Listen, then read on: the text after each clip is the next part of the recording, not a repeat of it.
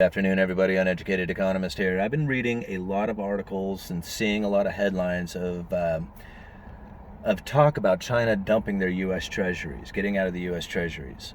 And, this isn't surprising. I mean, you think about it. China has been buying and holding on to a lot of the United States debt, pretty much allowing us to go deeper into debt and to buy their stuff. I mean, that was the whole trade-off. They buy our debt, we buy their stuff. And it's been sort of the symbiotic relationship with us going into debt and them being the producers.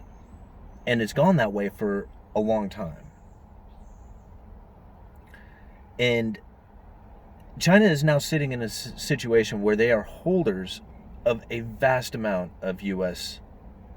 debt, the promise to pay, the bonds, to the tune of like over $1 trillion worth, a little over $1 trillion. And there's talk about these guys getting out of this debt, like they just want to unload it. Now, if this was to happen, if China was to all of a sudden start selling bonds, the interest rates on the bonds, the yields that they pay, would begin to rise. The prices would begin to drop. Just like anything out there, if you start adding supply, a lot of supply to the markets, then the prices come down in order to take on the added supply of whatever it is that you're pricing. But we have the Federal Reserve, who buys up these excess treasuries. So when a load of treasuries are coming into the market and the interest rates are starting to rise on the yields, the Federal Reserve comes in with this printed money and starts buying up those treasuries, keeping the interest rates low. This is the quantitative easing. Quantitative easing is more of a set program, where they say we're going to buy so much every month, or we're going to buy, however. I mean, they usually have a systematic amount to it. And then when they do yield curve control, they look at a particular maturity of treasury out there, and they say we're not going to allow the interest rates, the yields, to rise above a particular level, and we will buy as many of those treasuries as it takes in order to keep those interest rates below that. That's yield curve control. Okay, so there's a difference there. Sometimes just by saying they're going to do yield curve control, it does it all by itself, and people say, oh man, we're going to front run the Fed because we know that they're going to buy these treasuries before the interest rates achieve a certain level. They run in there, start buying up those bonds, and the interest rates come down. The Fed doesn't have to do anything. They just had to say that they were going to do it. Sometimes they have to do it. They have to keep that credibility going. So even if there is no buyer for it, the Fed does step in and start buying them, and then the people realize, oh man, the Fed really does buy these things, and then they start jumping into the market themselves. So going back to China, these guys, they're in the business to make money too. Everybody wants to expand. Everybody wants to grow their economies, and that's pretty easy. I mean, you think about it, it's just like your own household. You have to produce more and save and spend less, and then you can acquire more. I mean, you have to save, and then you can spend and reinvest. And that's ultimately what China was doing when they were buying treasuries, because that's an investment. Treasuries pay an interest to them. But right now, their interest rates are so low, they don't make any money off the interest of it, but they can make money off of the sell, considering that the price of these bonds are so high. Okay? Now, stick with me here for just a second, because this is where it comes down to, is that even if they were to start selling these things, what's going to happen is those yields are going to rise and the bond prices are going to come down. They're not going to be able to make as much money on that speculation move. On top of it, even if the government does start to sell, I think their own country, the people, the investors within the country, will begin to absorb those treasuries. And the reason is that there's something called Chinese dollar bonds, where a lot of corporations, a lot of entities, and I imagine a lot of these corporations might even be government-backed ones, like government-owned corporations, but a lot of these guys, when they borrow money, that's by selling bonds, they do it in US dollars, meaning that they're borrowing US dollars and they have to pay back in US dollars. And these treasuries, they're as good as US dollars. Like when you do world trade and you use your treasuries to make a purchase with another country, it's accepted as if they're US dollars because they're so liquidable. right? Even if they just like, I don't want the treasury. Okay, fine. Boom. You just sell them right there on the market because you can do it pretty much instantaneously and give them the cash. But the U.S. Treasury is accepted as a world currency as the U.S. dollar for the most part. So a lot of these countries out there, they like holding U.S. Treasuries, including China, just to make that flow of transactions easier if you have it on hand.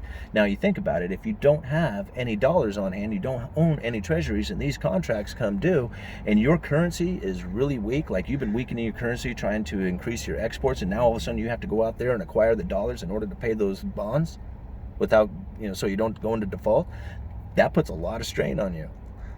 So it's nice to have those things on hand. So when the dollar does increase and start to strengthen against your own currency and it's time to pay those bonds back, you can pay it with the money that you already own, the investment that you already have. Now, I'm not saying that's what's taking place. I'm just saying that's a likely scenario, okay? That's what I'm saying is like taking place across the world out there. We've done videos on it talking about the world currency. And this whole same thing, this dollar-denominated Chinese bonds, this happens in multitude of ways throughout the entire globe. There is contracts written in US dollars every day that are used, like these contracts, these are basically IOUs now, are used as if they're US dollars. Okay? So this is like a lot of people don't talk about this, and to me this is the real reason why we have deflation. Why the dollar strengthens every so often. It was really noticeable back in the 2008 financial crisis, but it's due to the shadow currency, the shadow banking system. Because when these contracts are written, they're not written by government to government, they're written by private, companies or whatever to each other, and they're using it as if it's currency, these IOUs. And then one day these things come due, or maybe one day they don't want to accept the IOU, they want the actual cash.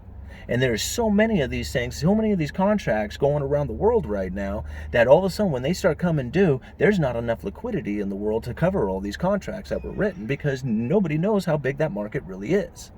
It's what happened back here in the United States during the 2008 financial crisis, same thing.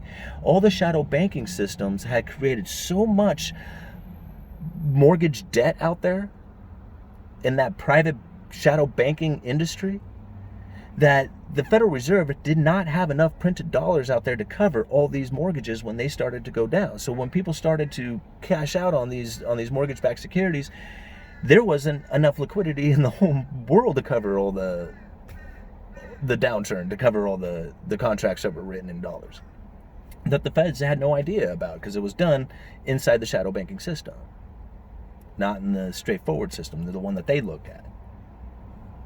It's really hard to wrap your head around all this, but the US dollar, in my opinion, is not going anywhere. Not anytime soon. It will eventually. At some point, a cryptocurrency or gold or something will take over the US dollar. There is very little doubt in my mind that it will happen at some point in the future. But when you go out there and you look around right now, if there is anybody out there who is not in the know, you go and find anybody on the street and you ask them how many times that they spend gold or cryptocurrency or anything outside of a US dollar type of transaction, I would be surprised. I would be very surprised if they even knew how. And until that day comes that people are starting to use Bitcoin or using gold or using some other form of currency that is outside of the US dollar, then you might see the whole thing change. But until then, the dominancy of the US dollar will continue. Not forever, but definitely for now. Anyway, I got to go back into work. I hope that wasn't too much rambling. Uneducated Economist, you guys let me know.